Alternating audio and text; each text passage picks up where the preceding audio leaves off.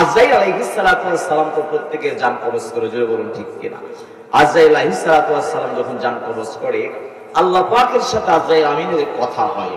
আল্লাহ পাক রব্বুল আলামিন আজরাইল আমিনকে জিজ্ঞেস করে, আজরাইল তুমি তো প্রত্যেকটি রূহ কবজ করো, আচ্ছা তোমার কি জীবনে এমন হয় নাই কারো রূহ কবজ করার ক্ষেত্রে কোনো ব্যাপারে তুমি আতঙ্কিত হয়েছো, আশ্চর্যান্বিত হয়েছো, তুমি কষ্ট পেয়েছো, ব্যথিত হয়েছো, এরকম কি তোমার জীবনে কখনো ঘটেছে কিনা, ঘটে নাই কিনা, এরকম আমি জানতে চাই, তোমার কি এরকম কোনো ঘটনা ঘটেছে?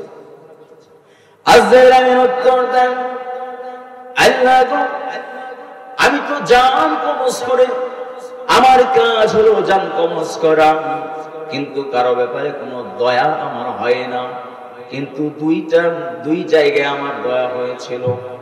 একটা জায়গায় হলো সমুদ্র পার হয়ে একটা জাহাজ যখন কিনারায় চলে যাবে, মাছ পানিতে, মাছ সমুদ্রে যখন আমার কাছে হুকুম চলে আসলো, আমি যখন যাদের নামগুলো দেখলাম, বেশিরভাগই নামধারী মানুষগুলো এই জাহাজের মধ্যে অবস্থান করছে।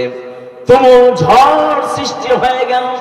প্রচন্ড ঝড়ের কারণে যেমন জাহাজটা ডুবে গেল, ওই মুহূর্তে সবার জান যখন কবজ করে নেওয়া হলো, সবার রূহটা যখন কবজ করে নেওয়া হলো, ওই মুহূর্তে একটা ছোট্ট নবজাতক শিশু, ওই শিশুটা তার মায়ের কাছে ছিল।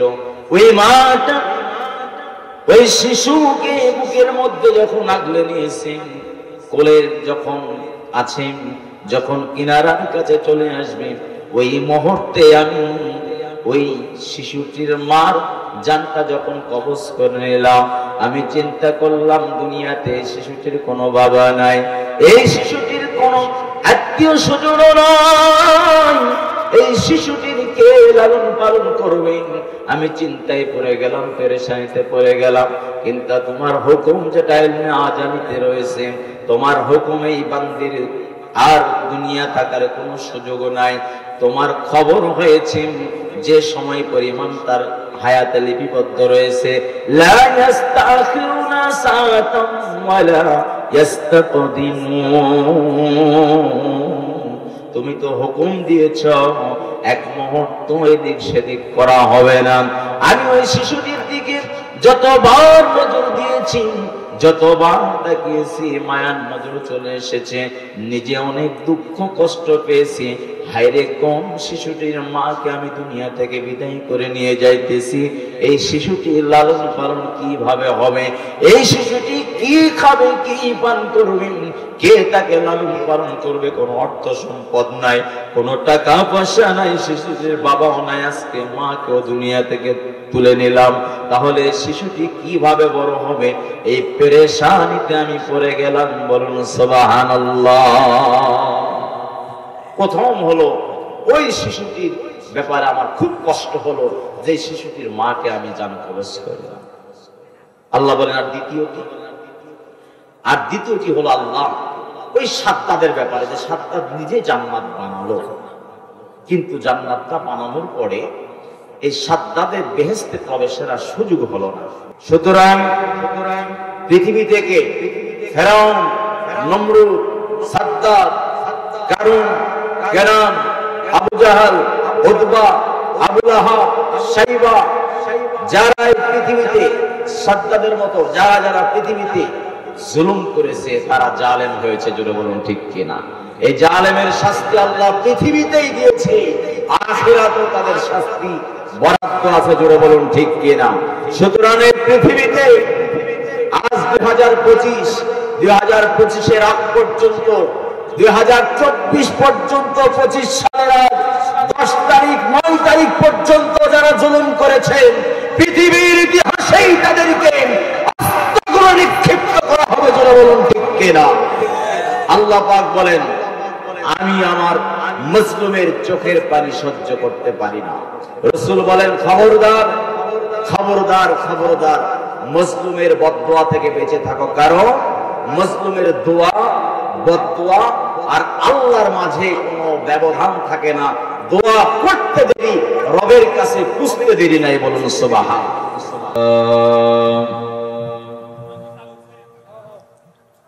الحمد لله الذي هدانا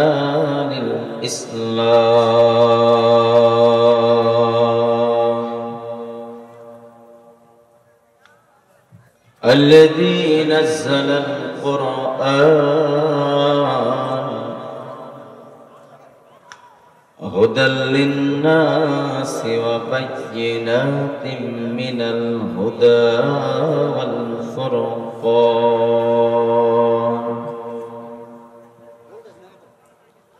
والذي خلق الإنسان وكرم وعلمه من البيان ما لم يعلم فسبحان الذي لا يحصى بالامتنان ولا بالقلم نشهد أن لا إله إلا الله وحده لا شريك له ونشهد أن سيدنا وسندنا وحبيب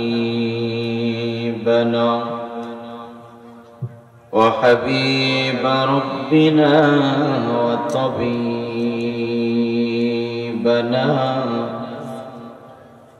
وطبيب قلوبنا وأولانا ومولانا محمدا عبده ورسوله أما بعد فقد قال الله تعالى في كلامه المجيد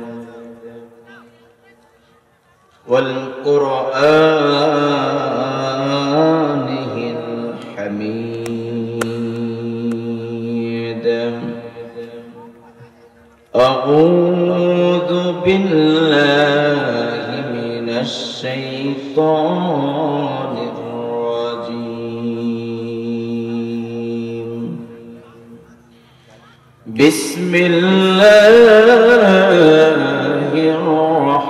الرحمن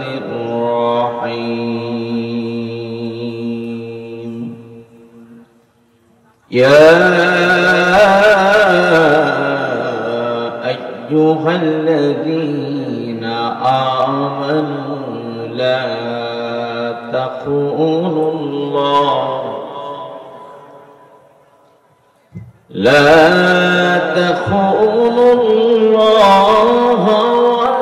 والرسول وتخونوا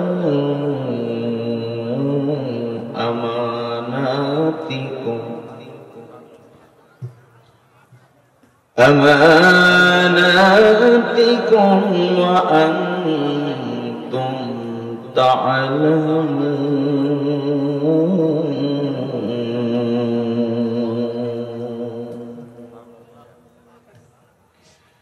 واعلموا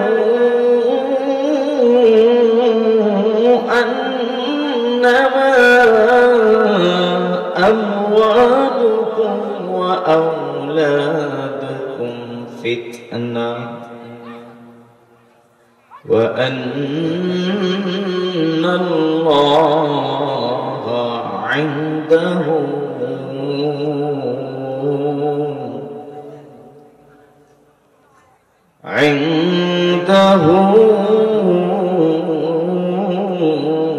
أجر عظيم.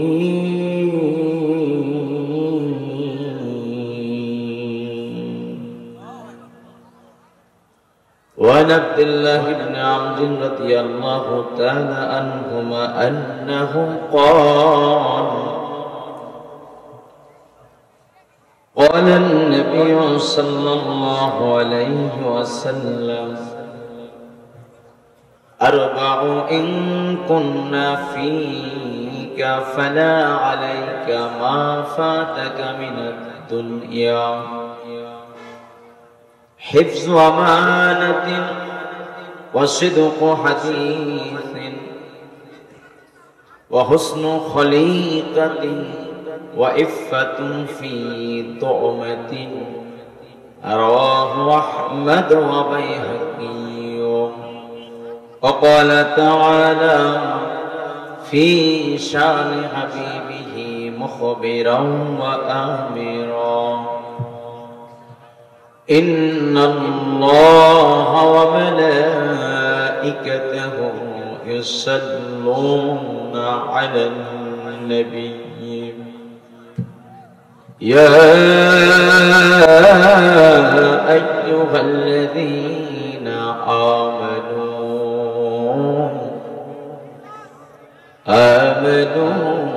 صلوا عليه وسلموا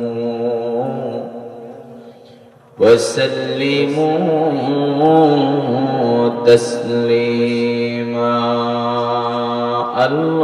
اللهم صل على محمد وعلى آل محمد كما صليت على إبراهيم وعلى آل إبراهيم إنك حميد مجيد.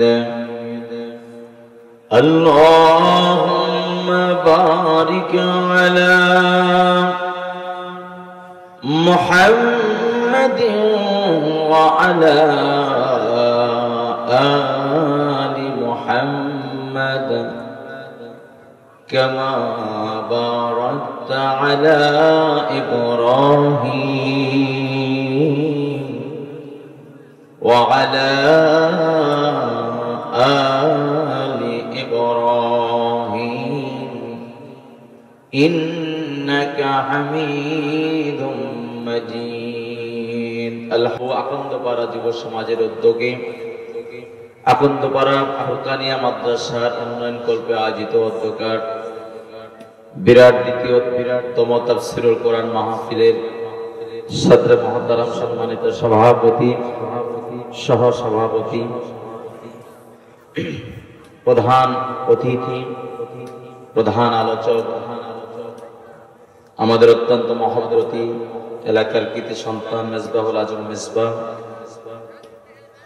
সহ পূর্বে আলোচনা করে ধন্য করেছেন হযরত মাওলানা হাফেজ করি মাহফুজুর রহমান সাহেব সহ সমস্ত জাতির শ্রেষ্ঠ সন্তান দিগার উলামায়ে কেরাম মুরব্বিয়ানে আযম যুবক বন্ধুরা পদ্মান্ত অবস্থানরত সতী ছাব্দি আবেদা জাহেদা মা ও বোনেরা এই শব্দযন্ত্রের আওয়াজ যত দূর যায় সকলকে জানায় আন্তরিক মোবারকবাদ। আপনারা সকলে কেমন আছেন? ভালো রেখেছেন কে? প্রশংসা তো চলবে কার? ভালো রাখবেন কে? মৃত্যু দিবেন কে? হায়াত দান করেছেন কে? সুতরাং মাঝে মাঝে আমরা পরীক্ষার সম্মুখীন হই, এই পরীক্ষার উপনীত করেন কে? আবার এই পরীক্ষা থেকে পরিত্রাণ দিতে পারেন তিনি কে? সুতরাং সবসময় প্রশংসা চলবে কার? মাঝে মাঝে জালেমরা আমাদেরকে মাজলুম বানায়, জোরে বলুন ঠিক কিনা?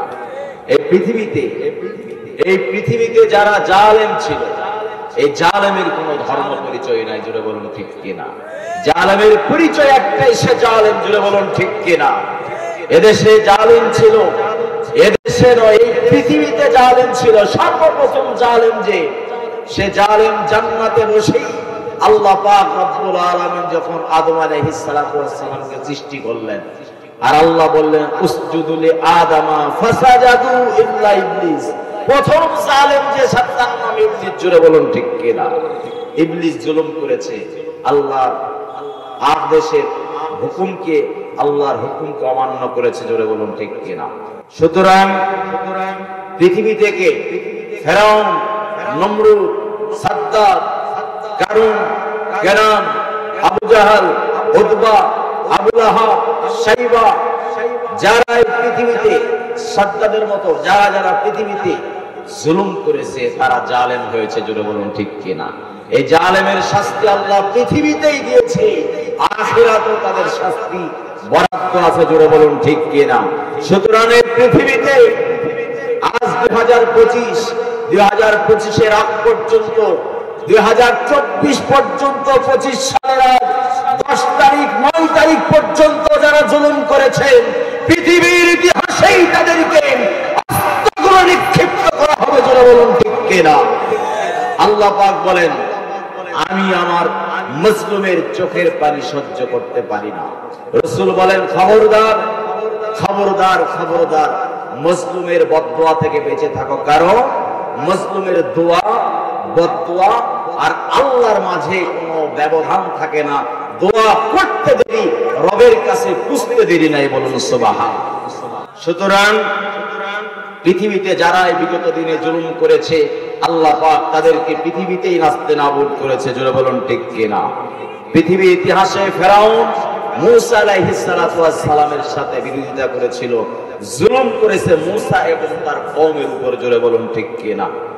আল্লাহ পাক রব্বুল আলামিন মূসা আলাইহিস সালাতু ওয়াস সালামকে দরিয়া পার করে, সমুদ্র পার করে, নদী পার করে হেফাজত করলেন তার কওমকে।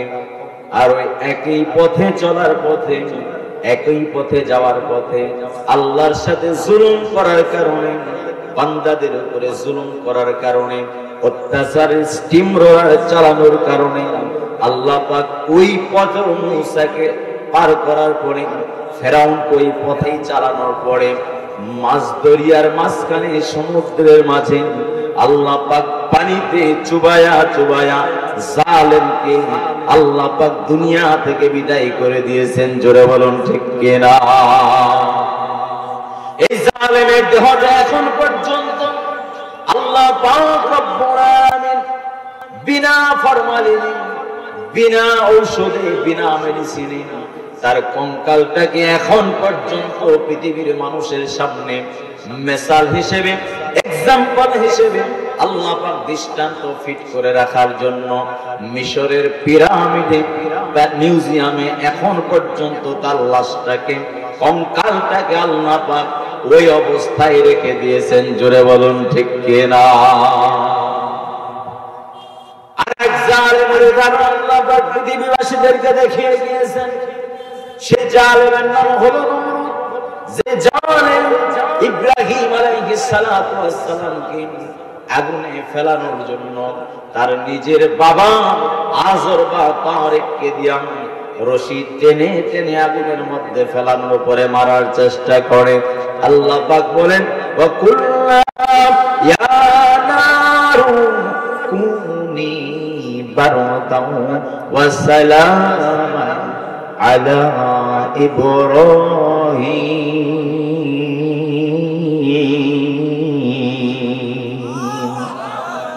আল্লাহ পাক রব্বুল আলামিন বলেন, নমরুদ আমার খলিল ইব্রাহিমকে আমি আমার সন্তুষ্টি অর্জনের মাধ্যম হিসেবে যতগুলো পরীক্ষা নিয়েছি সব পরীক্ষায় তিনি সফল হয়েছে। আজকের এই আগুনের পরীক্ষায় তাকে তুই ব্যর্থ করতে পারবি না, ফেল করতে পারবি না, অকৃতকার্য তুই করতে পারবি না। আমি আল্লাহ আজকেও তাকে সফল করব। ওই আগুনটাকে তার জন্য আরামদায়ক, শান্তিদায়ক ব্যবস্থাপনার দায়িত্ব আমি রব তার কাছ থেকে নিলাম। আমি রব নিজে আগুনকে শান্তিদায়ক বানায়া দিলাম। চিৎকার দিয়ে বলা যাবে কি সুবহানাল্লাহ? এই নমরুদটা ইব্রাহিম আলাইহিস সালাতু ওয়াস সালামকে আগুনে পোড়ানোর জন্য সর্বোচ্চ চেষ্টা করলো। ইব্রাহিম আলাইহিস সালাতু ওয়াস সালামকে ধ্বংস করার জন্য সর্বোচ্চ চেষ্টা করলো। আল্লাহ পাক বলে, নমরুদ রে তোর জুলুমের পরিমাণ যখন লিমিট ক্রস করে ফেলেছে, তোর জুলুম যখন অতিমাত্রায় বসে গিয়েছে, সুতরাং তোকে বুঝে নিতে হবে আমি রব আর তোকে শাস্তি না দিয়ে রাখতে পারি না। রব বলে সিদ্ধান্ত হলো দুনিয়ার কোন শক্তিশালী মানুষের দ্বারা নয়, দুনিয়ার কোন শক্তিশালী প্রাণীর দ্বারা নয়, বরং অসুস্থ মশা মাছির দ্বারা। মশা মাছির আঘাতে মানুষের জুতা পিটানি খাইয়া, খাদেমের জুতা পিটানি খাইয়া দুনিয়া থেকে বিদায় হয়ে যাবে। এই শাস্তি জুলুমের কারণে আমি পৃথিবীবাসীর কাছে দৃষ্টান্ত হিসেবে ফিট করলাম। চিৎকার দিয়ে বলা যাবে কি সুবহানাল্লাহ। ফেরাউনকে শাস্তি দিয়েছেন কি? নমরুদকে শাস্তি দিলেন কি? যে সাদ্দাত পৃথিবীবাসী এত ধন সম্পদ দিয়েছিলেন, সেই ধন সম্পদের মধ্য থেকে এক ধন সম্পদশালী, তার নাম সাদ্দাত। জোরে বলুন ঠিক কিনা? এই সাদ্দাত আল্লাহর বেহেশতে যাবে না। এই জন্য সাদ্দাত একটা ঘটনা উল্লেখ আছে, বিভিন্ন কিতাবের মধ্যে এসেছে। কিতাবটা যে ঘটনাটা এসেছে, এই ঘটনাটার বেশ কিছু রদবদল আছে। কথাটার বর্ণনার ক্ষেত্রে একটু কমতি ঝামেলা আছে। ঝামেলা থাকলেও শিক্ষণীয় একটা ঘটনা আমি আপনাদের সম্মুখে বলবো। যে সাদ্দাতের কথা বলছিলাম, সেই সাদ্দাতকে নিয়ে একটা কথা। আজরাইল আলাইহিস সালাতু ওয়াস সালাম তো প্রত্যেকের জান কবজ করে, জোরে বলুন ঠিক কিনা? আজরাইল আলাইহিস সালাতু ওয়াস সালাম যখন জান কবজ করে, আল্লাহ পাকের সাথে আজরাইল আমিনের কথা হয়। আল্লাহ পাক রব্বুল আলামিন আজরাইল আমিনকে জিজ্ঞেস করে, আজরাইল তুমি তো প্রত্যেকটি রূহ কবজ করো, আচ্ছা তোমার কি জীবনে এমন হয় নাই কারো রূহ কবজ করার ক্ষেত্রে কোনো ব্যাপারে তুমি আতঙ্কিত হয়েছো, আশ্চর্যান্বিত হয়েছো, তুমি কষ্ট পেয়েছো, ব্যথিত হয়েছো, এরকম কি তোমার জীবনে কখনো ঘটেছে কিনা, ঘটে নাই কিনা, এরকম আমি জানতে চাই। তোমার কি এরকম কোনো ঘটনা ঘটেছে? আজরাইল আমিন উত্তর দেন, আল্লাহ গো, আমি তো জান কবজ করে, আমার কাজ হলো জান কবজ করা, কিন্তু কারো ব্যাপারে কোনো দয়া আমার হয় না। কিন্তু দুই জায়গায় আমার দয়া হয়েছিল। একটা জায়গায় হলো সমুদ্র পার হয়ে একটা জাহাজ যখন কিনারায় চলে যাবে, মাছ পানিতে, মাছ সমুদ্রে, যখন আমার কাছে হুকুম চলে আসলো, আমি যখন যাদের নামগুলো দেখলাম, বেশিরভাগই নামধারী মানুষগুলো এই জাহাজের মধ্যে অবস্থান করছে। তুমুল ঝড় সৃষ্টি হয়ে গেল। প্রচন্ড ঝড়ের কারণে যেমন জাহাজটা ডুবে গেল, ওই মুহূর্তে সবার জান যখন কবজ করে নেওয়া হলো, সবার রূহটা যখন কবজ করে নেওয়া হলো, ওই মুহূর্তে একটা ছোট্ট নবজাতক শিশু, ওই শিশুটা তার মায়ের কাছে ছিল। ওই মাটা ওই শিশুকে বুকের মধ্যে যখন আগলে নিয়েছে, কোলের যখন আছে, যখন কিনারার কাছে চলে আসবে, ওই মুহূর্তে আমি ওই শিশুটির মার জানটা যখন কবজ করে নিলাম, আমি চিন্তা করলাম দুনিয়াতে শিশুটির কোনো বাবা নাই, এই শিশুটির কোনো আত্মীয় স্বজন নাই, এই শিশুটির কে লালন পালন করবে? আমি চিন্তায় পড়ে গেলাম, পেরেশানিতে পড়ে গেলাম। কিন্তু তোমার হুকুম যেটা ইলমে আজানিতে রয়েছে, তোমার হুকুম এই বান্দির আর দুনিয়া থাকার কোনো সুযোগ নাই। তোমার খবর হয়েছে যে সময় পরিমাণ তার হায়াতে লিপিবদ্ধ রয়েছে, লা ইস্তাখিরুনা সাআতাম ওয়ালা ইস্তাকদিমুন। তুমি তো হুকুম দিয়েছ এক মুহূর্ত এদিক সেদিক করা হবে না। আমি ওই শিশুটির দিকে যতবার নজর দিয়েছি, যতবার তাকিয়েছি, মায়ার নজর চলে এসেছে, নিজে অনেক দুঃখ কষ্ট পেয়েছি। হায়রে কোন শিশুটির মাকে আমি দুনিয়া থেকে বিদায় করে নিয়ে যাইতেছি, এই শিশুটির লালন পালন কিভাবে হবে? এই শিশুটি কি খাবে, কি পান করবে, কে তাকে লালন পালন করবে? কোনো অর্থ সম্পদ নাই, কোনো টাকা পয়সা নাই, শিশুটির বাবাও নাই, আজকে মাকেও দুনিয়া থেকে তুলে নিলাম, তাহলে শিশুটি কিভাবে বড় হবে? এই পেরেশানিতে আমি পড়ে গেলাম। বলুন সুবহানাল্লাহ। প্রথম হলো ওই শিশুটির ব্যাপারে আমার খুব কষ্ট হলো যে শিশুটির মাকে আমি জান কবজ করলাম। আল্লাহ বলেন আর দ্বিতীয়টি হলো আল্লাহ ওই সাদ্দাদের ব্যাপারে, যে সাদ্দাদ নিজে জান্নাত বানালো, কিন্তু জান্নাতটা বানানোর পরে এই সাদ্দাদের বেহেশতে প্রবেশের আর সুযোগ হলো না। যখন বেহেশতে প্রবেশ করবে, ঘোড়ার সামনের অংশ চলে গিয়েছে, পিছনের অংশ আর যায় নাই। যখন সামনে যেতে চায় তাকে বন্ধ করে দেওয়া হলো, লিমিট ক্রস করা যাবে না, আর সামনে যাওয়া যাবে না, এহেড হওয়া যাবে না, ক্লিয়ারলি হেড কোনো সুযোগ নাই। এখানে স্টপ, এখানেই ক্রস, এখানে স্ট্যান্ড হয়ে থাকতে হবে, আর এখানেই তার জানটা কবজ করা হবে। তখন যখন আমি জানটা কবজ করে নিয়েছিলাম, তখন সাদ্দাদের চেহারার দিকে বারবার যখন অনুনয় বিনয়ের দিকে আমার দিকে তাকাচ্ছিল, আর মনে হচ্ছিল এত টাকা পয়সা ধন দৌলত এত কিছু খরচ করে মনের ভিতর সে কল্পনা করেছিল আমি যে জান্নাত বানিয়েছি, এই জান্নাতটা কমপ্লিট না হওয়া পর্যন্ত আমি জান্নাতে প্রবেশ করব না। হায়রে তাকদীর! অথচ সে সাদ্দাত, তার জান্নাত কমপ্লিটনেস হয়ে গেল, পুরোটা জান্নাত পরিপূর্ণ হয়ে গেল, জান্নাত বানানো হলো, কিন্তু এই জান্নাতে প্রবেশ করার সুযোগ তার হলো না। ওই মুহূর্তে আমার ব্যাপক কষ্ট হয়েছিল। হায়রে সাদ্দাত, যে সাদ্দাতের জন্য জান্নাত নিজেই সাদ্দাত বানালো, কিন্তু কষ্ট লাগলো যে এত কিছু করার পরও সে তার বানানো জান্নাত বেহেশতে প্রবেশ করতে পারলো না। আল্লাহ পাক রব্বুল আলামিন তখন মুস্কি দিয়ে হেসে বললেন, আজরাইল, তুমি তো একই ব্যক্তির ব্যাপারে দুইবার দুঃখ প্রকাশ করেছো। সুবহানাল্লাহ বললেন। আজরাইল আমিন বলে, আল্লাহ বুঝলাম না।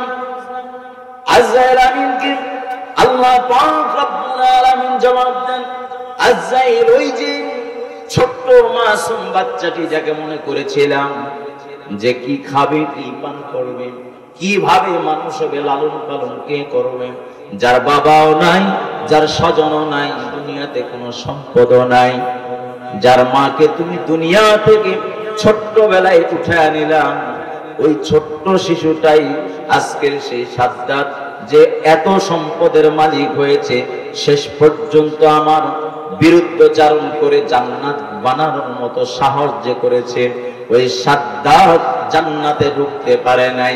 শিশুবেলার ওই সাদ্দাতের জন্য যে কষ্ট তুমি পেয়েছ, মরণের কালে এই সাদ্দাদের জন্য তুমি কষ্ট পেয়েছ, এই একই ব্যক্তির জন্য তুমি দুইবার কষ্ট পেয়েছ। আল্লাহ পাক রব্বুল আলামিন বলেন, ও আজরাইল,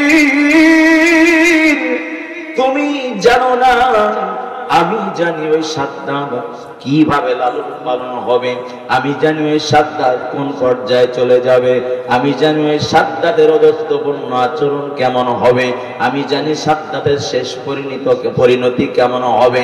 পৃথিবীবাসীকে আল্লাহ পাক রব্বুল আলামিন রেকর্ড স্থাপনের জন্য, এক্সাম্পল ফিটনেসের জন্য আল্লাহ পাক রব্বুল আলামিন সকল মানুষগুলোকে শিক্ষা দেওয়ার জন্য, তালিম গ্রহণের জন্য স্মরণ রাখতে বলেন, ও পৃথিবীবাসীরা, তোমরা বিগত দিনের মানুষগুলোর কাছ থেকে শিক্ষা গ্রহণ করো, ফেরাউনের কাছ থেকে শিক্ষা নাও, নমরুদের কাছ থেকে শিক্ষা নাও, সাদ্দাদের কাছ থেকে শিক্ষা নাও।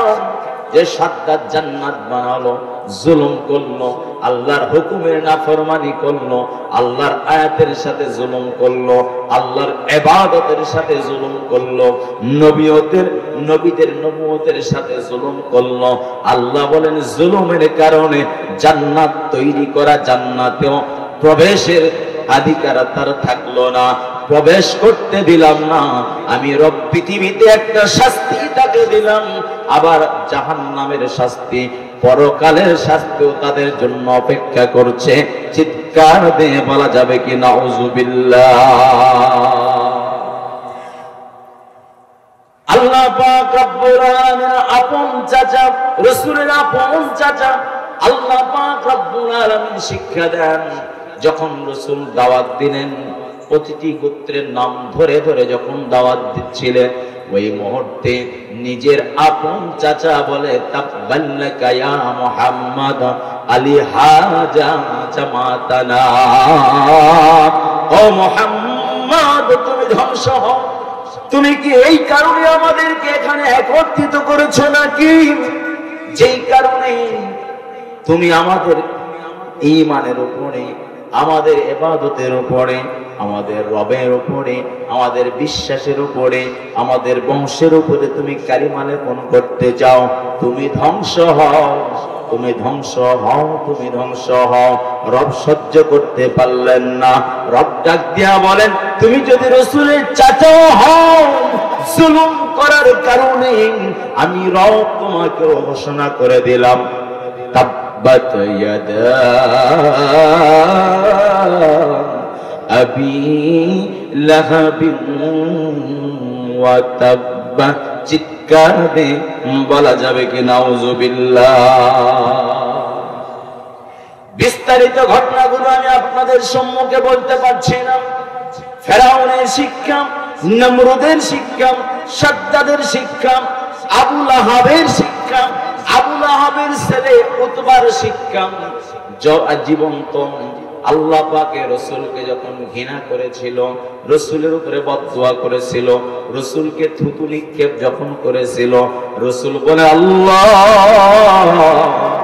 তোমার কুকুরগুলোর মধ্য থেকে একটা কুকুর দিয়া একে শায়েস্তা করিও। আবু লাহাব বুঝতে পেরেছে মুহাম্মদের দোয়া কোনদিন মাহরুম হবে না, কোনদিন কবুল হবে না, এমনটি হতেই পারে না। আমার রাসূল মুহাম্মদ আরবি যে দোয়া করেছেন, এই দোয়া কোনদিন বৃথা যেতে পারে না। আবু লাহাব বুঝতে পেরেছেন দুনিয়ার যত প্রশাসন আছে, দুনিয়ার তোমরা যারা সৈন্যবাহিনী আছো, আজকে সফরে যাও, আমার ছেলে উতবাকে ঠিক মতো তোমরা পাহারা দিবা। খবরদার, খবরদার, খবরদার। আমার বড় ভয় হয় যাতে করে আজ মনে হয় আমার ছেলে আর সম্পূর্ণ ফিট অবস্থায়, জীবিত অবস্থায় ফিরে আসে কিনা আমার ভয় হয়। রাসূল দোয়া করেছেন, বদদুয়া করেছেন। রাসূলের তো জামায় ছিল উতবা, কিন্তু রাসূলকে তো গালিগালাজ করেছে, পাশাপাশি থুতু নিক্ষেপ করে বলেছে তুই ধ্বংস হ, তুই জঘন্য, তুই অপরাধে বিভিন্ন অপবাদ দিয়েছে। রাসূলের কাছে যখন থুতু নিক্ষেপ করেছে রাসূলের উপরে, রাসূল শুধু এতটুকু বলেছে, আল্লাহ তোমার কুকুরগুলোর মধ্যে থেকে একটা কুকুরের সাথে তুমি লেলিয়ে দিও। আবু লাহাব কথাটা শুনেছে, শোনার পরে বুঝতে পেরেছে মুহাম্মদকে মানি আর না মানি, মুহাম্মদকে রাসূল হিসেবে গ্রহণ করি আর না করি, কিন্তু মুহাম্মদ যে কারেন্ট এটা বুঝতে রাখি নাই। জোরে বলুন ঠিক কিনা? মুহাম্মদ সাল্লাল্লাহু আলাইহি ওয়াসাল্লামের দোয়া যে কবুল হবে এটা বুঝতে তার বাকি নাই। আল্লাহ পাকের রাসূল দোয়া করলেন, আর আবু লাহাব বলতেছে আমার ছেলেকে পাহারা দাও। সিরিয়া যখন সফর করতে যাইতেছিল, আল্লাহ পাক রব্বুল আলামিন দুনিয়ার বন জঙ্গলের যে বাঘ আছে, এই বাঘকে হুকুম দিল যে ওরা সাইজ করো। আর এদিকে আবু লাহাব তার সৈন্যবাহিনীদেরকে বলল আমার ছেলেটাকে পাহারা দাও। সব উটগুলোকে চতুর্দিক থেকে উটবাকে ঘিরে রাখা হয়েছে, কিন্তু ফাঁকে রাত্র যখন হয়েছে, তন্দ্রা পেয়েছে, ঘুম ধরেছে, উটেরও ঘুম ধরেছে, ওই সৈন্যবাহিনীরও ঘুম ধরেছে। ফাঁকে কোন নজরে এক পলকের মধ্যে আল্লাহ পাকের নির্ধারিত বাঘ জঙ্গল থেকে এসে পুরো দেহটা ছিন্ন বিচ্ছিন্ন করে চক্ষু উঠায়া তার বিভিন্ন শরীরের অংশগুলোকে খন্ড খন্ড করে একটু বিশ্রী অবস্থায় ওকে দুনিয়া থেকে বিদায় করে দিয়েছে। নাউযুবিল্লাহ। আল্লাহ পাক বলেন, খবরদার, খবরদার, খবরদার, পৃথিবীতে তোমরা কেউ কখনো জুলুম করো না। জালিমকে আল্লাহ কখনো মাফ করবেন না, কারণ জালিমের জুলুমের কারণে ওই আবা ওয়াস্তাকবারা ওয়া কানা মিনাল কাফিরিন শয়তানকে আল্লাহ বলেছিল দূর হয়ে যা, তুই আমার সাথে জুলুম করলি, আমার হুকুমের ব্যাপারে জালেম হয়ে গেলি, আর নিজেকে অহংকার করলি, আজ জান্নাতে থাকার মতো সুযোগ তোর নাই, তুই কাফিরদের মধ্যে অন্তর্ভুক্ত হয়ে গেলি, চিরস্থায়ী জাহান্নামী হয়ে গেলি বলে নাউযুবিল্লাহ। এজন্য ফেরাউন বলি, নমরুদ বলি, আবু জাহাল বলি, আবু লাহাব বলি, উতবা বলি, সাইব যারাই বলি না কেন, প্রত্যেকে জুলুম করেছে, জুলুমের কারণে তারা শাস্তি পেয়েছে। জোরে বলুন ঠিক কিনা? এই শাস্তি কি শেষ নাকি আখিরাতেও শাস্তি আছে? আছে তো। আল্লাহ পাক রব্বুল আলামিনের বান্দারা খুব গভীর মনোযোগ সহকারে শোনো। পৃথিবীর জমিনে যদি কেউ জুলুম করে, জুলুমের শাস্তি, জালেমদের শাস্তি পৃথিবীতে আল্লাহ পাক দিবেন। রাসূল বলেন, দুই শ্রেণী মানুষের শাস্তি আল্লাহ পাক দুনিয়াতেই দেন। প্রথম শ্রেণী হলো যারা জালেম হয়, জালেমের শাস্তি দুনিয়াতে আল্লাহ দেন, আবার আখিরাতেও তাদের শাস্তি বরাদ্দ আছে। জোরে বলুন ঠিক কিনা? দ্বিতীয় নম্বর শ্রেণী হল যারা মা বাবার অবাধ্য সন্তান হয়। এই অবাধ্য সন্তানেরা আল্লাহ পাকের রোশানার মধ্যে তারা পড়ে যায়, পৃথিবীতেও শাস্তি পায়, আখিরাতেও তাদের শাস্তি বরাদ্দ থাকে। চিৎকার দিয়ে বলা যাবে কি নাউযুবিল্লাহ? সুতরাং জালেম যারা হবে এর কোন ধর্মের পরিচয় থাকে না, জালেম যারা হবে এর কোন দলের পরিচয় থাকে না, জালেম যারা হবে এদের কোন মানুষত্ব থাকে না, জালেম যারা হবে এদের কোন মানবিকতা থাকে না, জালেম যারা হবে এদের কোন আলাদা ডেফিনেশন থাকে না। সে আওয়ামী লীগ হতে পারে, বিএনপি হতে পারেন, জাতীয় পার্টি হতে পারেন, জামাত হতে পারেন, চরমনাই হতে পারেন, হেফাজত হতে পারেন, আট্রাসি হতে পারেন, চিস্তিয়া হতে পারে, কাদরিয়া হতে পারে, নকশবন্দি হতে পারে, মুজাদ্দিদিয়া হতে পারে, আহলে হাদিস হতে পারে, কওমি হতে পারেন, আলিয়া হতে পারে, স্কুল হতে পারেন, কলেজ হতে পারেন, ইউনিভার্সিটি হতে পারে, মাদ্রাসা হতে পারে, কৃষক হতে পারে, ব্যবসায়িক হতে পারে, চাকরিজীবী হতে পারে, যেই লেভেলেই থাকুক না কেন, জালেমের পরিচয় হলো সে কোনো আলাদা কোনো লেভেল নাই, তার একটাই লেভেল হলো সে অত্যাচারী। অত্যাচারের শাস্তি দুনিয়াতেই দিবে। জোরে বলুন ঠিক কিনা? সুতরাং আল্লাহ পাক পৃথিবীর ইতিহাসে যারা জুলুম করেছে তাদেরকে আল্লাহ শাস্তি দিয়েছেন। জোরে বলুন ঠিক কিনা? আমরা বিগত দিনেও যেমন দেখেছি, কিছুদিন আগেও দেখেছি। জোরে বলুন ঠিক কিনা? সুতরাং আমাদেরকে প্রত্যেককে খেয়াল রাখতে হবে আমি যেন জুলুমের মধ্যে না পড়ি, আমি যেন জালেম হয়ে না যাই। জোরে বলুন ঠিক কিনা? আল্লাহ পাক এই জাতিকে জালেম মুক্ত করুন, এই জাতিকে আল্লাহ পাক হেফাজত করুন, এই জাতিকে আল্লাহ কোরআন সুন্নাহ অনুযায়ী জীবন পরিচালনার তৌফিক দান করুন। সকলে বলছি আমিন। সম্মানিত আল্লাহর বান্দারা, আমি আপনাদের সম্মুখে পবিত্র কোরআনুল কারীমের এক আয়াত পাঠ করেছি। রাসূলের নিশ্চিত মুখ নিশ্চিত হাদিসগুলো থেকে 10 লক্ষ হাদিস থেকে একটা হাদিসের অংশ পাঠ করেছি। আল্লাহ চাহে তো সংক্ষিপ্তভাবে তাফসীর করে আমি আমার আলোচনা ইতি জানবো ইনশাআল্লাহ। ওমা তাওফীকি ইল্লা বিল্লাহ। আল্লাহর প্রিয় বান্দারা, রাসূলের মুখ নিশ্চিত হাদিস থেকে আমি একটা হাদিস পাঠ করেছি। وعن عبد الله بن عمرو رضي الله تعالى عنهما أنه قال النبي صلى الله عليه وسلم أربع إن كنا فيك فلا عليك ما فاتك من الدنيا حفظ أمانة وصدق حديث وحسن خليقة وعفة في طعمة رواه أحمد وبيهقي।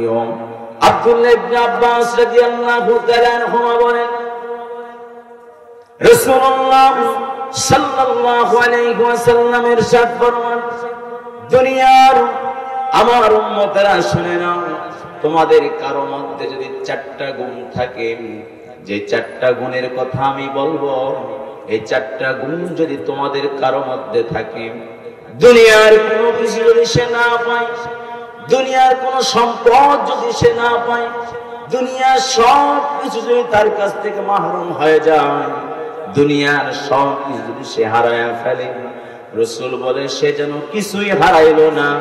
এই 4টা গুণ যদি তার মধ্যে থাকে, সে যেন সব কিছু পেয়ে গেল। চিৎকার দিয়ে বলা যাবে কি সুবহানাল্লাহ? কয়টা গুণ বললাম? 4টা গুণ। রাসূল বলেন 1 নম্বর গুণ হলো হিফজু আমানাত, আমানতের হেফাজত করা। 1 নম্বর কি বললাম? আমানতের হেফাজত করা।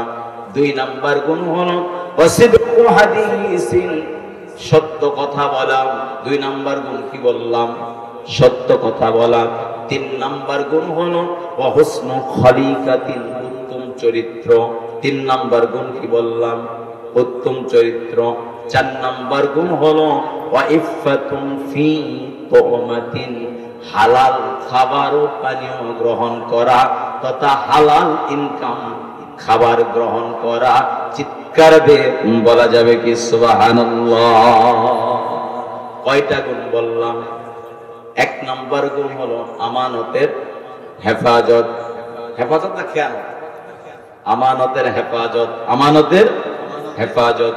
দুই নম্বর সত্যবাদিতা, দুই নম্বর সত্যবাদিতা। তিন নম্বর উত্তম চরিত্র, তিন নম্বর উত্তম চরিত্র। চার নম্বর হলো হালাল খাবার। চার নম্বর কি বললাম? হালাল খাবার। আবারও আমি বলছি, আমার সাথে আপনাদের মুখস্থ করতে হবে। এক নম্বর আমানতের হেফাজত, আমানতের হেফাজত। মিছিল চলবে, ধানের শীষও না, নৌকাও না, দাড়ি পাল্লাও না, চলবে কি আল্লাহ রসুলের 3-4টা গুণ নির্দেশনা, এই 4টা গুণের মিছিল চলবে। চলবে তো ইনশাআল্লাহ? আমি বলবো এক নম্বর, আপনার বলবো আমানতের হেফাজত। আমি যখন বলবো আমানতের হেফাজত, তখন বলবো আপনার এক নম্বর। আপাতত চলবে ইনশাআল্লাহ? আমানতের হেফাজত, আমানতের হেফাজত। জোরসে বলেন এক নম্বর, এক নম্বর। আবার বলেন, জোরসে বলেন, জোর হলো না। আমানতের দুই নাম্বার হলো সত্যবাদিতা, দুই নাম্বার সত্যবাদিতা, দুই নাম্বার, দুই নাম্বার। আবার বলেন, জোরসে বলেন, আরো জোরে, জোর হলো না। এক নাম্বার আমানতের, দুই নাম্বার, তিন নাম্বার উত্তম চরিত্র, তিন নাম্বার, তিন নাম্বার। আবার বলেন, জোরসে বলেন, আরো জোরে, তিন নাম্বার। আবার আসেন এক নাম্বার থেকে। এক নাম্বার আমানতের, দুই নাম্বার, তিন নাম্বার উত্তম চরিত্র, চার নাম্বার হালাল খাবার, চার নাম্বার, চার নাম্বার হালাল খাবার, চার নাম্বার, চার নাম্বার। তাহলে আমি আপনাদেরকে আর একবার বলার পরেই পরীক্ষা করবো, দেখে ওয়াজ কে শুনলেন আর কারা বুঝলেন। শুধু বক্তা নিজেই বকবে তা তো হবে না, আপনাদেরকেও মুখস্থ করতে হবে। ঠিক দেখবে? ঠিক। সারা রাত তাফসীর শুনলাম ইউসুফ জুলেখা, সকালবেলা বুঝলাম যে ইউসুফ পুরুষ, ইউসুফ মহিলা আর জুলেখা পুরুষ, তাই তো? এই কিচ্ছাটা শুনে লাভ নাই, ঠিক নাকি?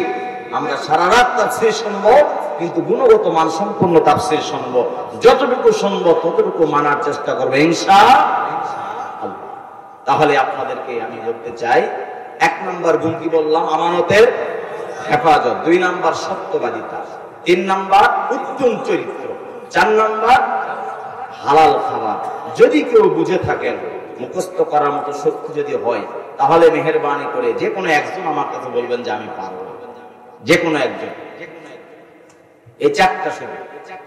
জি জি, একজন বলেন, বাবা বলেন। এক নাম্বার, জি জি উত্তম চরিত্র, জি লিল্লাহে তাকবীর। মুরব্বী যুবক আর আপনার সব বৃদ্ধ, কি ঠিক না ভাই? ঠিক। মুরব্বী যুবক আর আপনার সব বৃদ্ধ। আল্লাহ পাক আপনাদেরকে যুবক হওয়ার তৌফিক দান করুন, সকলে বলছে আমিন। ধারকিবাসী বছরে মনে হয় এখানে 5-7টা তাফসীর হয়ে যাবে, বলুন ঠিক কিনা? এখানে বক্তারও বাড়ি, আজকের প্রধান বক্তা ধারকির ছেলে, তো ধারকিবাসী আলেম হবে না কারা হবে, বলুন ঠিক কিনা? এজন্য আপনারা যেমন তাফসীর বুঝবেন, তেমনি হাদিসও পড়বেন, মুখস্থ করবেন, আমলও করবেন ইনশাআল্লাহ। আল্লাহ আপনাদেরকে কবুল করুন, সকলে বলছে আমিন। তাহলে চারটা গুণ আমরা মুখস্থ করলাম। এই চারটা গুণের সংক্ষিপ্ত আলোচনা চলবে, দীর্ঘ আলোচনা আমি করতে পারবো না, কারণ এরপরে প্রধান মেহমানকে আমি সুযোগ করে দেব, তিনি কথা বলবেন ইনশাআল্লাহ। এক নম্বর আসুন আমানতের হেফাজত। আগে আমি আপনাদের সম্মুখে বলি, আমানত একটু পরিষ্কার করে নেই। আমানত তিন ধরনের। আমানত কয় ধরনের? তিন ধরনের আমানত, তিন প্রকার আমানত। এক নম্বর আল্লাহর আমানত, দুই নম্বর রসুলের আমানত, তিন নম্বর মানুষের সাথে মানুষের আমানত। মানুষের বান্দার আমানত, যেটা মানুষের সাথে মানুষের আমানত। আল্লাহর আমানত, রাসূলের আমানত, মানুষের সাথে পারস্পরিক আমানত, যেটা মানুষের আমানত। আমানত কয় প্রকার বললাম? 1 নাম্বার, 2 নাম্বার, 3 নাম্বার, মানুষে মানুষে। এই 3টা মুখস্থ করতে পারবেন তো ইনশাআল্লাহ? আল্লাহ যেন কবুল করে নেন। এখন আসুন আমানতের হেফাজতের ব্যাপারে আল্লাহ পাক রব্বুল আলামিন কি বলছেন। আল্লাহ পাক রব্বুল আলামিন বলেন, আউযু বিল্লাহি মিনাশ শাইতানির রাজীম, বিসমিল্লাহির রহমানির রহিম। ইয়া আইয়ুহাল্লাযীনা আমানু লা তাখুনুল্লাহা ওয়ার রাসূল ওয়া তাখুনুল আমানাতিকুম ওয়া আনতুম তা'লামুন।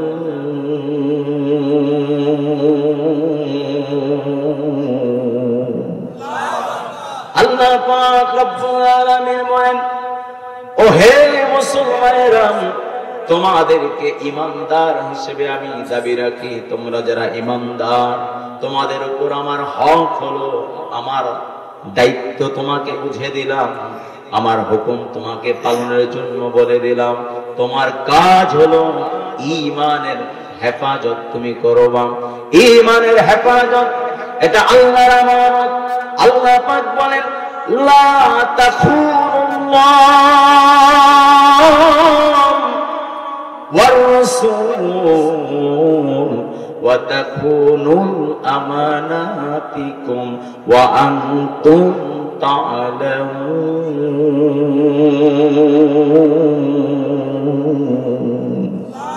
আল্লাহ পাক বলেন, আমি আল্লাহ তোমাদের হুকুম দিলাম, খবরদার আমি রব তথা আল্লাহ পাকের আমানতের কখনো খেয়ানত করো না, রাসূলের আমানতের খেয়ানত তোমরা করো না। আর আমি তোমাদেরকে বলছি, দুনিয়ার পারস্পরিক যে আমানত আছে, যে আমানতের ব্যাপারে আল্লাহ তোমাদেরকে হুকুম করেছেন, যে আমানতের ব্যাপারে রাসূল তোমাদেরকে হুকুম করেছেন, যে আমানতের ব্যাপারে কোরআন সুন্নাহর দিক নির্দেশনা আছে, এই আমানতগুলো হোক না বেঈমানের আমানত, হোক না বিধর্মীর আমানত, হোক না কথার দ্বারা আমানত, হোক না কাজের দ্বারা আমানত, হোক না সম্পদের দ্বারা আমানত, হোক না তোমার সন্তান স্ত্রীর দ্বারা আমানত, এই আমানতের যেন কখনো খেয়ানত না হয়ে যায়। আমি আল্লাহ তোমাকে এই হুকুম দেয়া দিলাম। চিৎকার দিয়ে বলা যাবে কি সুবহানাল্লাহ। ঈমান, ঈমানের উপরে চলা, আল্লাহর উপর ঈমান, এটা মুসলমানের উপরে আল্লাহর প্রতি আমানত। নামাজ আদায় করা আল্লাহর আমানত, রোজা রাখা আল্লাহর আমানত, হজ করা আল্লাহর আমানত, ইবাদত করা আল্লাহর আমানত। জোরে বলুন ঠিক কিনা? আমাদের আত্মীয় স্বজনের খবর নেওয়া, মেসওয়াক করা, দাড়ি রাখা, টুপি পরিধান করা, রাসূলের সুন্নাত গুলো মানা, এগুলো হলো রাসূলের আমানত। জোরে বলুন ঠিক কিনা? আর পারস্পরিক মানুষের মাঝে মানুষের যে আমানত, অতি সংক্ষেপে বলবো, শুধু বুঝে নেবেন চুম্বক চুম্বক কথা। মানুষ যখন আমাদের কাছে কোনো টাকা পয়সা রেখে দেয়, মানুষ যখন তার জমি জমা আমার কাছে রক্ষণাবেক্ষণের জন্য দায়িত্ব দিয়ে দেয়, মানুষ যখন কোথাও সফরে যায়, বলে যায়, ভাই আমার পরিবারকে দেখাশোনা তুমি করিও, আমার সন্তানের দেখাশোনা তুমি করিও, আমার পরিবারের দায়িত্ব তোমাকে দিয়ে দিলাম। ওই পরিবারের সন্তান সন্ততি, অন্য ভাইয়ের স্ত্রীর চরিত্রের হেফাজত করা, অন্য সন্তানকে মানুষ করা, তার পরিবারের দায়িত্ব ভার নেওয়া, এটাও আল্লাহর পক্ষ থেকে, রাসূলের পক্ষ থেকে বান্দার প্রতি বান্দার আমানত। জুড়ে বলুন ঠিক কিনা? টাকা পয়সা কেউ আমাকে দিল, ওই ব্যান্ডেলটা ওইভাবেই রেখে দেওয়া, ওই টাকাটা ওইভাবেই রেখে দাও, এই আমানত আমরা অনেকেই বুঝি। জুড়ে বলুন ঠিক কিনা?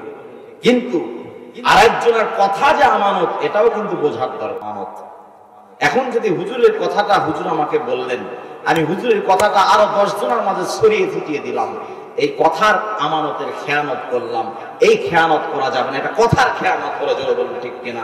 এটাও আমানত ছিল। হুজুরের কথাটা আমার কাছে আমানত ছিল, কিন্তু সেই আমানতের খেয়ানত আমি করলাম, জোরে বলুন ঠিক কিনা? লেনদেনও একটা আমানত, জোরে বলুন ঠিক কিনা? মানুষকে, বড়দেরকে সালাম দেওয়া, এটা ছোটদের দায়িত্ব, এটা একটা আমানত। আর ছোটদেরকে শিক্ষা দেওয়ার জন্য সালাম দেওয়া, এটাও একটা আমানত। আর সন্তানদেরকে মানুষ করা প্রত্যেক মা বাবার জন্য এটাও আমানত, জোরে বলুন ঠিক কিনা? আল্লাহ পাক রব্বুল আলামিনের ব্যাপারে বলেন, ইন্নাল্লাহা ইয়া'মুরুকুম আন তুআদ্দুল আমানাতি ইলা আহলিহা। চিৎকার দিয়ে বলা যাবে কি সুবহানাল্লাহ? দীর্ঘ সময় আলোচনা করতে পারবো না, একটু গভীর মনোযোগ দিয়ে শোনো। আল্লাহ পাক বলেন, তোমরা যারা পরিবারের প্রধান আছো, তোমরা যারা বাবা আছো, তোমরা যারা মা আছো, তোমাদের কাজ হলো পরিবারের প্রধান হওয়ার কারণে তোমার সন্তান, তোমার ছেলে মেয়ে এবং তোমরা যারা স্বামী আছো, তোমার বিবির প্রতি আমানতের দায়িত্ব আল্লাহ তোমাকেই দিয়ে দিয়েছেন। বলি সুবহানাল্লাহ। আল্লাহ বলেন, ইন্নাল্লাহা ইয়া'মুরুকুম আন তুআদ্দুল আমানাতিকুম। আল্লাহ পাক বলেন, আমি তোমাদেরকে আমানত রক্ষার জন্য বললাম। কার আমানত রক্ষা করবা? কাদের আমানত রক্ষা করবা? কি দায়িত্ব পালন করবা? আল্লাহ বলে, ইলা আহলিহা। তোমার সন্তান, তোমার ছেলে, তোমার মেয়ে, তোমার বিবি, তোমার ছোট ভাই, তোমার ছোট বোন, তুমি যদি অফিসের বড় কর্মকর্তা হও, তুমি যদি বাড়িতে কৃষি কাজ করো, তোমার অধীনে যদি কোনো কামলারা কাজ করে, তুমি যদি কৃষক হয়ে থাকো, তাদের আমানতের হেফাজত তোমাকে করতে হবে। অর্থাৎ তোমার ছেলেটা চরিত্রবান কিভাবে হবে, তোমার মেয়েটা পর্দানশীল কিভাবে হবে, তোমার ছেলেটা নামাজি কিভাবে হবে, তোমার মেয়েটা কোরআন কেমন তেলাওয়াত করবে, পর্দা কেমন করতে পারবে, তোমার ছেলে মেয়ে কেমন করে আল্লাহওয়ালা হতে পারবে, তোমার ছেলে মেয়ে কিভাবে সহি দ্বীনের আমল শিখতে পারবে, সহি ইলম শিখতে পারবে, এই দায়িত্বটা তোমার স্ত্রীও যাতে বেপরদায় না চলে, তোমার স্ত্রী পরিবার পরিজনের দায়িত্ব আমি আল্লাহ তোমাকে দিয়া দিলাম। বলে সুবহানাল্লাহ। রব্বে কারীম আল্লাহ ডাক দিয়া বলেন, ইয়া আইয়ুহাল্লাযীনা আমানু কু আনফুসাকুম ওয়া আহলিকুম নারা। আল্লাহ পাক বলেন, তুমি তোমার পরিবারের আমানত রক্ষা করবে, তোমার ছেলেকে দ্বীনি ইলম শিক্ষা দিবা, তোমার মেয়েকে দ্বীনি ইলম শিক্ষা দিবা, তোমার ছেলেকে নামাজি বানানোর চেষ্টা করবা, তোমার মেয়েটাকে পর্দানশীল কোরআন তেলাওয়াতকারিনী নামাজি বানানোর চেষ্টা করবা, তোমার বিবিকে নামাজি পর্দানশীল বানানোর চেষ্টা করবা। এই চেষ্টা করার দায়িত্ব, এই আমানতের দায়িত্ব তোমাকে আমি আল্লাহ দিলাম। রব ডাক দিয়া বলেন, মুমিন শোনো, তুমি শুধু জান্নাতে যাইবা হবে না, তোমার আমানত দায়িত্ব আদায় করে তুমি তোমার পরিবারকেও জাহান্নামের আগুন থেকে বাঁচাও। এটাও তোমার কাছে আমি রবের পক্ষ থেকে পরিবার, সমাজ, এলাকাকে বাঁচানোর দায়িত্বের আমানত আমি তোমাকে দিলাম। চিৎকার দিয়ে বলা যাবে কি সুবহানাল্লাহ? তাহলে 1 নাম্বার পরিচয় হলো, 1 নাম্বার গুণ হলো আমানতের হেফাজত। আপনারা কি বুঝতে পারলেন? আমার আলোচনা কি বুঝতে পারলেন? 1 নাম্বার পরিচয় হলো, 1 নাম্বার সিফত হলো, 1 নাম্বার গুণ হলো আমানতের হেফাজত। তাহলে বুঝতে পারলাম, মানুষের টাকা পয়সা ঠিক রাখবো, কিন্তু মানুষের ওয়াদা, মানুষ যদি কোনো কথা আমাকে বলে এই কথাটা অন্যের কাছে ছড়ায় দেব। আমার কথা বুঝতে পারেন না? আমি হুজুর আমার সাথে কথা বললো, এই কথাটা বললো হুজুর আমানত, কিন্তু এই কথাটা আমি সবার কাছে বললাম, এটা আমানতের খেয়ানত হলো কিনা? তাহলে যদি কেউ আমার কাছে কথার আমানত রাখে, এই কথাও কারো কাছে বলা যাবে। যদি কেউ ওয়াদা করে, এই ওয়াদাও খেলাফ করার কাছে আমানত, এটাও খেলাফ করা যাবে। কার টাকা পয়সা আমানত, এটাও খেলাফ করা যাবে। কারো জমি জমা আমানত, এটাও খেলাফ করা যাবে। কারো স্ত্রী পরিবার পরিজন আমাদের কাছে মুসলমান হিসেবে, অন্যের স্ত্রী অন্যের সন্তান আমাদের কাছে আমানত, তাদের চরিত্রে হেফাজত আমাদের করতে হবে, তাদের ক্ষতি করা যাবে না। তবে মুসলমান হিসেবে না গেলেও বেঈমানদের মণ্ডপ ভাঙা যাবে, বেঈমানদের মন্দির ভাঙা যাবে, বেঈমানদের ছেলে মেয়ে যারা আছে, ওদের স্ত্রী যারা আছে, হিন্দুদের, এরপরে বৌদ্ধ খ্রিস্টান যারা আছে, ওদেরকে যেখানেই পারবো ওখানেই মারা যাবে, এরকম।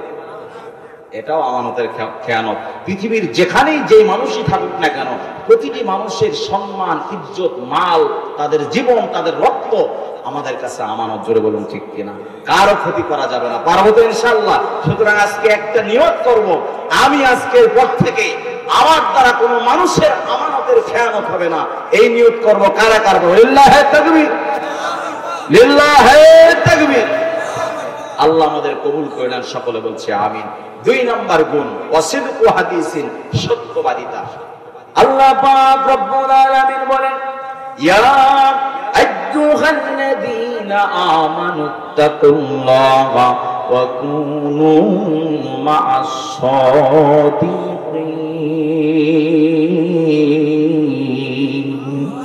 আল্লাহ পাক বলেন, অতি সংক্ষেপে বলছি, আল্লাহ পাক বলেন, আর মুমিন বান্দারা, আমি রবকে তোমরা ভয় করো, ভয় করার মতো ভয় করো। এই ভয় যদি করতে পারো, আমি আল্লাহকে যদি তুমি সাক্ষী রেখে হাজের অবস্থায়, নাজের অবস্থায়, গায়েব অবস্থায়, উপস্থিত অবস্থায়, অনুপস্থিত অবস্থায়, গোপনে, প্রকাশ্যে, বাজারে, হাটে, দোকানে, মসজিদে, মাদ্রাসায়, বোর্ডিং এ, খানকায়, লিল্লা বোর্ডিং, যেখানেই হোক না কেন, সব জায়গায় যদি আমি আল্লাহকে তুমি ভয় করতে চাও, ভয় যদি করতে পারো, আমি আল্লাহ তোমাকে অনুমতি দিয়ে দিব, আমি আল্লাহ তোমাকে পুরস্কার দিয়ে দিব, আমি আল্লাহ তোমাকে মাহবুব করে নেব। রব ডাক দিয়া বলেন, ইন্না আকরামাকুম ইনদাল্লাহি আতকাকুম। রব ডাক দিয়া বলেন, আমার ওয়াদা হলো, তোমরা যারা দুনিয়াতে সব জায়গায় আমাকে ভয় করতে পারবা, আমি আল্লাহ আমার কাছাকাছি তোমাদের জান্নাত অবস্থান দেব, বলি সুবহানাল্লাহ। আর দুনিয়াতে ভয় করার জন্য যারা আল্লাহকে ভয় করে, যারা সত্য কথা বলে, যারা সলেহীন, যারা নেককার, যারা ভালো মানুষ, এদের সাথে আল্লাহ উঠা বসার জন্য বলেছেন। জোরে বলুন ঠিক কিনা? আল্লাহ বলেছেন, কুনু মা'আস সাদিকিন, তুমি চোরের সাথে চলো, বাটখারের সাথে চলো, ছিনতাইকারীর সাথে চলো, ডাকাতের সাথে চলো, ধর্ষকের সাথে চলো, এরকম বলছেন কি? এরকম কিছু বলেন নাই। আল্লাহ বলেছেন, কুনু মা'আস সাদিকিন, সাদিকিনের সাথে, সত্যবাদীদের সাথে চলো। সংক্ষিপ্ত কথা, রাসূল বলেন, আস-সিদকু ইউনজি ওয়াল কিযবু ইহলিক, সত্য মুক্তি দেয়, মিথ্যা ধ্বংস করে। জোরে বলুন ঠিক কিনা? রাসূল বলেন, আল কিযবু উম্মুজ জান, মিথ্যা হলো সমস্ত পাপের মূল। জোরে বলুন ঠিক কিনা? এজন্য একটা মিথ্যা যদি কেউ বলে, ওই মিথ্যাকে ঢাকার জন্য আরো 4টা মিথ্যা বলতে হয়। জোরে বলুন ঠিক কিনা? পরিশেষে মিথ্যা প্রকাশ হয়ে যায় আর সত্যই বিজয় লাভ করে। জোরে বলুন ঠিক কিনা? বিগত দিনে আমরা দেখেছি, একটা মিথ্যাকে ঢাকার জন্য শত মিথ্যা বাস্তবায়ন করতে চায়, পরিশেষে রব ডাক দেয়া বলে, 45 মিনিটের ব্যবধানে মিথ্যা নাস্তানাবুদ হয়ে সত্যের বিজয়, কোরআন সুন্নাহ অনুযায়ী জীবন পরিচালনা করার জন্য সত্যের রাহবার যারা হবে, এরাই বাংলাদেশ, এরাই পাকিস্তান, এরাই ইন্ডিয়া, এরাই আফগান, এরাই সৌদি, এরাই পৃথিবী, এরাই কায়েম করবে। যদি বলুন ঠিক কিনা?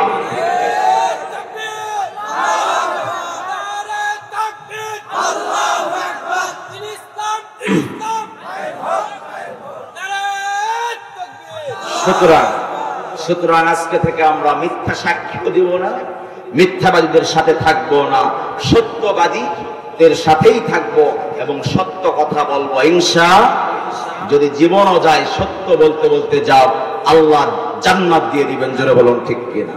3 নম্বর গুণ হলো রাসূলুল্লাহ সাল্লাল্লাহু আলাইহি ওয়াসাল্লাম বলেন ওয়া হুসনু খলিকাতির উত্তম চরিত্র। উত্তম চরিত্র শিক্ষা দেওয়ার জন্য রাসূলুল্লাহ সাল্লাল্লাহু আলাইহি ওয়াসাল্লাম এই পৃথিবীতে তিনি আগমন করেছেন। বলি সুবহানাল্লাহ। আল্লাহ রাসূল বলেন ইন্নামা বুইসতু লিউতাম্মিমা মাকারিমাল আখলাক। চিৎকার দিয়ে বলা যাবে কি সুবহানাল্লাহ? আল্লাহ রাসূল বলেন উম্মতেরা শোনো, দুনিয়াতে আল্লাহ পাক রব্বুল আলামিন আমাকে উত্তম চরিত্র শিক্ষা দেওয়ার জন্য পৃথিবীতে পাঠিয়ে দিয়েছেন। চিৎকার দিয়ে বলা যাবে কি সুবহানাল্লাহ? মুসলমান কোনদিন জেনাকারী হতে পারে না, মুসলমান কোনদিন চরিত্রহীন হতে পারে না, মুসলমান কোনদিন অন্যের স্ত্রীর দিকে তাকাতে পারেন না, মুসলমান কোনদিন অন্যের বিবির দিকে তাকাতে পারেন না, মুসলমান কোনদিন পরকিয়া করে নিজের স্ত্রীর হক নষ্ট করতে পারে না, মুসলমান কোনদিন পরকিয়া করে নিজের স্বামীর হক নষ্ট করতে পারে না, মুসলমান কোনদিন পরকিয়া করার পর বিদেশে থাকা স্বামীর হক নষ্ট করে, যেই স্বামী বিদেশে থেকে কষ্ট করে রেমিটেন্স যোদ্ধা হচ্ছে, কষ্ট করে অর্থ উপার্জন করছে, আর ওই স্বামীর চোখকে ফাঁকি দিয়া বাংলাদেশে বসিয়া বসিয়া আমার বাংলার দামাল ছেলেদের স্ত্রীগুলো, তরুণী বোনগুলো অন্য ছেলের সাথে ডেটিং করছে, ফিটিং করছে, অন্য ছেলের সাথে পরকিয়া করে স্বামীর আমানতের হেফাজত না করে আমানতের খেয়ানত করছে। চরিত্রটা রাস্তায়, ঘরে, পার্কে, বিভিন্ন জায়গায় বিলিয়ে দিয়ে আল্লাহর হুকুমের নাফরমানি করছে। জোরে বলুন ঠিক কিনা? ওগো মা শুনুন, আপনি যে চরিত্র যার স্বামীর পরিবর্তন কারো সঙ্গে আপনি এই চরিত্রটা বিলীন করে দিলেন, মনে রাখবেন আল্লাহর হুকুমকে আপনি অবমাননা করলেন। রব ডাক দিয়া বলেন লা তাকরাবুজ জিনা।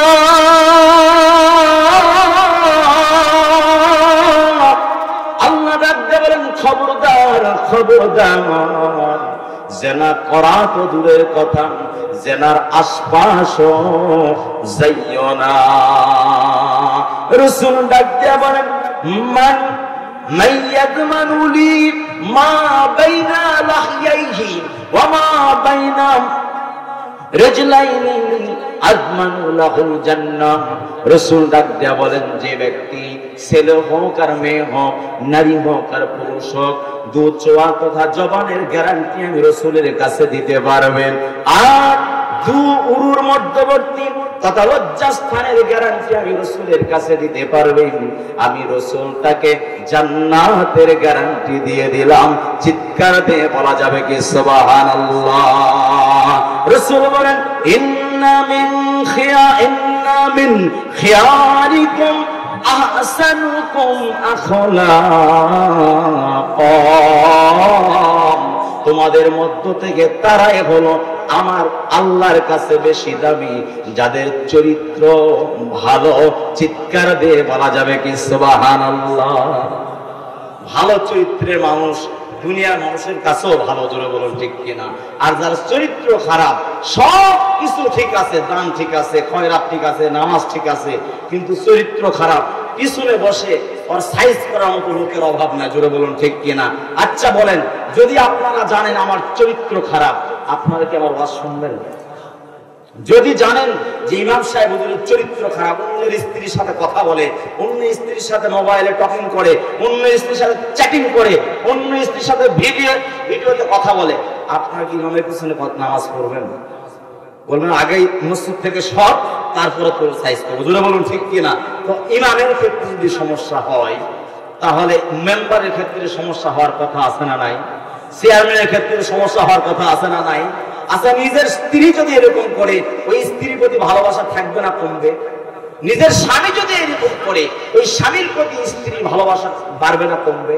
সুতরাং চরিত্র এমন একটা ঔষধ, এমন একটা গুণ, এমন একটা পাওয়ার, যার চরিত্র থাকে না তার কিছুই থাকে না। জোরে বলুন ঠিক কিনা? রাসূল বলেন, যার চরিত্র নাই তার কিছুই নাই, যার চরিত্র নাই তার দ্বীনও নাই, যার চরিত্র নাই তার হেফাজত নাই, যার চরিত্র নাই তার লজ্জা শরম নাই, যার লজ্জা শরম নাই তার জন্য জান্নাতও নাই। বলি নাউযুবিল্লাহ। সুতরাং আমাদের চরিত্রবান হতে হবে। পারবো তো ইনশাআল্লাহ?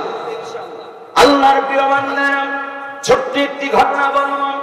ইউসুফ আলাইহিস সালামের সেই জামানার কথা নয়, মাত্র কিছুদিন আগের একটা ঘটনা বলবো। সেই সময় একটা সওদাগর, একটা জমিদারের ছেলে ছিল। যে জমিদারের ছেলেটা, তার গা থেকে সুন্দর আতরের সুঘ্রাণ পাওয়া যাইত। যে সুঘ্রাণটা পৃথিবীর কোনো মানুষের আতরের সাথে মিশত না। কোন মানুষের আতরে এত সুঘ্রাণ, এত সুন্দর হতো না। কোথা থেকে আতরের সুঘ্রাণ আসলো? এই সুঘ্রাণ পাওয়ার জন্য সবাই যখন ব্যাকুল হয়ে গেল, পাগল পারা হয়ে যাইতেছে, সবাই যখন জিজ্ঞাসা করে, এ যুবক, ও হাফেজে কোরআন, তুমি না বুখারী শরীফ পড়তে যাও, তুমি না মুসলিম শরীফ পড়তে যাও, তুমি না হাদিস শিখো, বলো তো দেখি ভাই, এমন কোন আতর ব্যবহার করো যে আতরের কারণে তোমার শরীর থেকে এত সুঘ্রাণ বের হয়ে আসে? আল্লাহর ওই যুবক বান্দাটি বলে, ও আমার মুরব্বী বাপজানেরা শোনো, এই যুবক বন্ধুরা শোনো, আমি জীবনে কোনোদিন কোনো এত সুন্দর আতর ব্যবহার করি নাই। আমার ওস্তাদ যে আতর দিয়েছে ওই আতরটা আমি ব্যবহার করি, কিন্তু ওই আতর আমার ওস্তাদের কাছে যে আতর, আমার কাছে তো একই আতর, আলাদা কোনো আতর বা সুঘ্রান্ত আমি ব্যবহার করি না। যুবকরা আবার বলে, এ যুবক, তাহলে তোমার শরীর থেকে এত সুন্দর কিসের সুঘ্রাণ একটু বলো তো দেখি। যখন বারবার জানতে চাই, কোনো কথা যখন বলে না।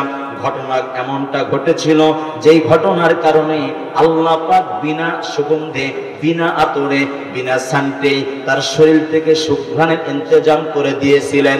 সেই ঘটনাটা একটু কয়েক মিনিটের মধ্যেই বলবো। ওই যুবক ছেলেটি হাদিসের দর্শের জন্য তার উস্তাদের কাছে যখন যান, প্রতিদিন ফজরের আগে আগে যান, আবার এশার পরে পরে চলে আসেন।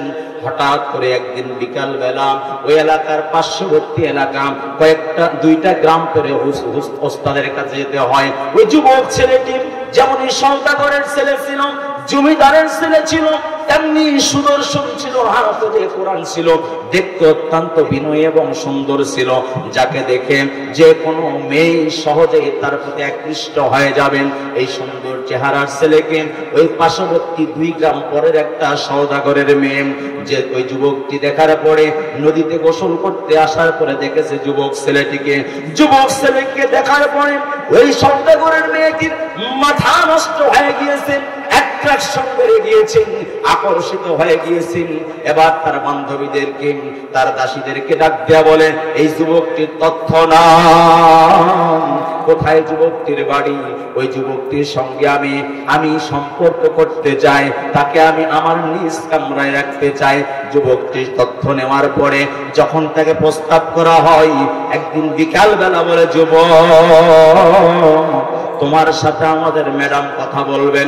যুবক ডাক দেওয়া বলেন, অসম্ভব, কোন গায়ের মাহরাম মেয়ের সাথে আমি কথা বলবো না, তার সাথে দেখা করব না, তার সাথে নির্জনে যেতে পারবো না। যুবককে আবার বলেন, ঠিক আছে, নির্জন যদি আপনি না যান, প্রকাশ্যে কথা বলেন, বলে তাও সম্ভব নয়, আল্লাহ হুকুম দেন, এই জন্য আমি কথা বলতে পারবো না। যুবকটা তাকে অ্যাভয়েড করে এলাকা থেকে চলে গিয়া উস্তাদের কাছে দোষ নাই। ওই মেয়েটি ফন্দি করেছে। সন্ধ্যা যখন হয়ে যায়, আস্তে করে সন্ধ্যা গড়িয়ে যাওয়ার পরে এবার যুবকটি যখন এশার শেষে যখন বাড়ির দিকে আসবেন, ওই মুহূর্তেই হঠাৎ করে যুবতী মেয়েটি বান্ধবীদেরকে, ওই দাসীদেরকে বলে রেখেছিলাম, বিপদে পড়ব, তোমরা বিপদের মুহূর্তে সাহায্য চাইও, দেখা যাক ছেলেটি কি করে। এবার যুবক যখন রাস্তা দিয়ে যায়, এবার ওই যুবতী মহিলাটা বিপদগ্রস্ত বলে, বাঁচাও বাঁচাও বাঁচাও, আমাকে রক্ষা করো, আমাকে রক্ষা করো, আমি খুব ভয় পেয়েছি। এবার যুবতীর আওয়াজ শোনার পরে যুবকটা যখন সামনে যায়, দাসীরা ডাক দেয়া বলে, ও যুবক, আমাদের এই বান্ধবীকে, আমাদের এই মালিকানকে বাড়িতে পৌঁছা দিতে আপনার একটু সাহায্য প্রার্থনা করছি। যুবক বলে ঠিক আছে তোমরা সামনে চলো, পিছনে আমি সাহায্য করতেছি। সামনে নেওয়া হয়, বাড়িতে যখন যাওয়া হয়, বাড়িতে যাওয়ার পরে এবার যুবতী বলে ভিতরে আসেন, একটু পানীয় পান করে যাবেন, আমার বাড়িতে আসেন, একটু মেহমানদারি করব। যুবক বলে আজকে নয়, দিনের বেলায় আল্লাহ যদি কখনো তৌফিক দান করে পর্দার সাথে এসে আমি পানীয় পান করে নাস্তা গ্রহণ করে যাব। এবার বলে মেহমানকে তো মেহমানদারি করা সুন্নত, আপনি যদি আল্লাহর খাঁটি বান্দা হন আপনি কেন আজকে মেহমানদারি গ্রহণ করবেন না? যুবক তাদের উন্নয়ন না সইতে পেরে ভিতরে যখন প্রবেশ করে সাথে সাথে ভিতর থেকে দরজাটা বন্ধ করে দেওয়া হয়। বন্ধ করে দেওয়ার পরে এবার ওই যুবতী মহিলাটি দাসীদেরকে বলে, ও দাসীরা তোমরা দরজা বন্ধ করেছো। এবার এই যুবককে মাতাল বানানোর জন্য এবার মদের ব্যবস্থা করো। সবাই যখন মদের ব্যবস্থা করার জন্য চেষ্টা করে, যুবক কিন্তু মদ পান করছে না। এই মুহূর্তে বুঝতে পেরেছে এর ভিতরে অন্য কোনো কামনা আছে। আল্লাহর কাছে দোয়া করে, আল্লাহ আমাকে আজকে তুমি হেফাজত করো। এবার যুবতী মহিলাটি নিজের শরীরের পোশাকগুলো খোলা শুরু করে দিয়েছে। বলে যুবক আমার বড় খায়েশ জাগে, আমি তোমার সাথে মিলন করব, শারীরিক সম্পর্ক করব। যুবতী যখন নিজের পোশাকগুলো খুলে দেয়, যুবক ডাক দিয়া বলেন, ও যুবতী হালাল ভাবে বিবাহ বন্ধনে আবদ্ধ হইলে আমার কোনো আপত্তি নাই, কিন্তু আজকে হারাম কাজ আমি করতে পারবো না। যুবতীর দুনিয়ার কোনো জ্ঞান নাই, আখিরাতের কোনো জ্ঞান নাই, পাগল প্রেমিকার মতো হয়ে গিয়েছে, মাথা নষ্ট হয়ে গিয়েছে, কোনো কথাই শুনতে চায় না। যুবক বার আল্লাহর কাছে দু নজরে দু নয়নে চোখের পানি ছেড়ে কান্না করে দোয়া করে দে, আল্লাহ আলহামদুলিল্লাহ الحمد لله رب العالمين الصلاة والسلام على سيد المرسلين وعلى آله وأصحابه أجمعين. ربنا آتنا في الدنيا حسنة وفي الآخرة حسنة وقنا عذاب النار. ربنا ظلمنا أنفسنا وإن لم تغفر لنا وترحمنا لنكونن من الخاسرين.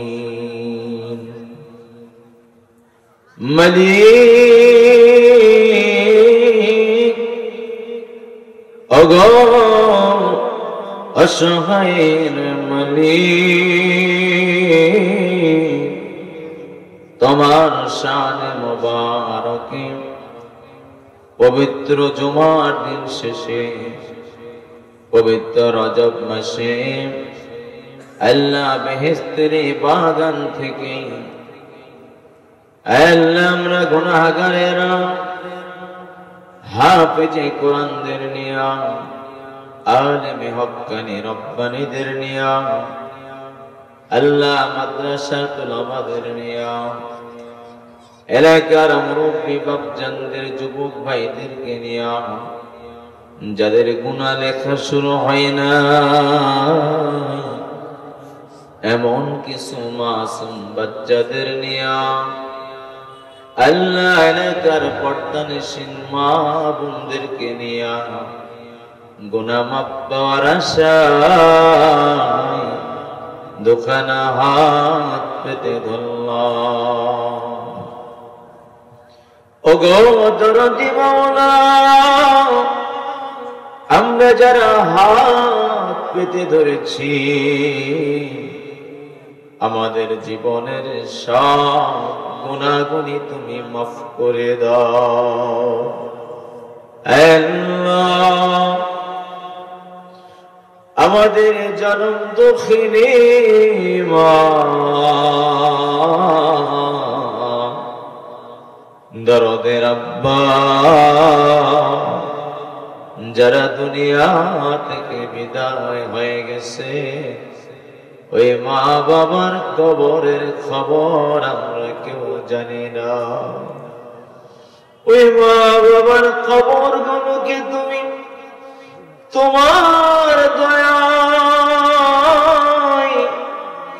জান্নাতের বাগান বানায়া দাও। কবর থেকে মা বাবা চিৎকার দেয়, ও ছেলে রে, ও মেরে,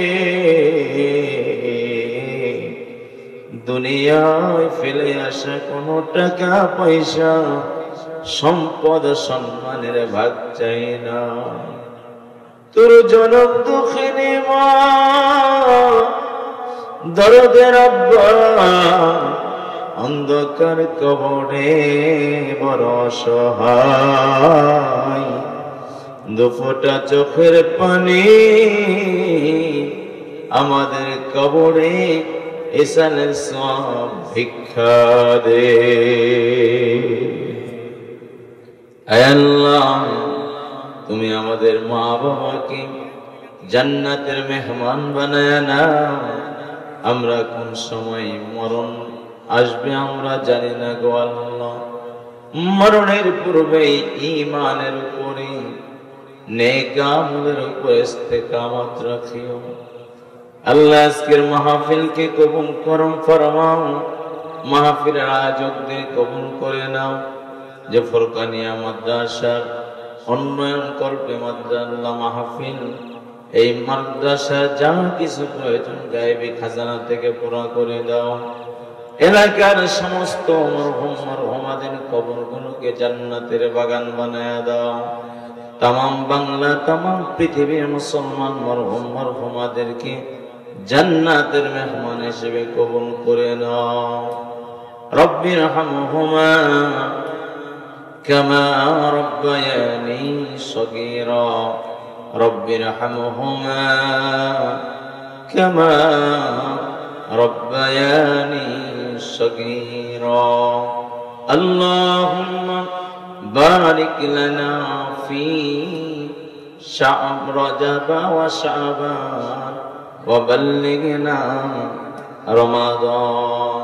আল্লাহ, আজকের মাহফিলের প্রধান আলোচক আমার অত্যন্ত মহব্বত এলাকার কৃতি সন্তান মেজবাউল আজম মেজবার হায়াতের তৈয়বা দান করে দাও।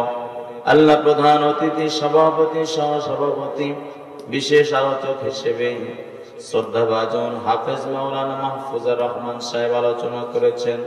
আরো যারা আলোচনা করেছেন, মক্তবের শিক্ষক সহ প্রত্যেক উলামায়ে কেরাম আয়োজকদেরকে কবুল ফরমাও। সুবহানা রাব্বিকা রাব্বিল ইজ্জাতি আম্মা ইয়াসিফুন ওয়া সালামুন আলাল মুরসালিন। যুবকরা যারা আয়োজন করেছেন সবার সঙ্গে আমাদের একত্রিত হয়ে জান্নাত নসিব করে দিও। ওয়ারহামনা মাআহুম বিরহমাতিকা ইয়া আরহামার রাহিমিন। আলহামদুলিল্লাহ। ধারকি বম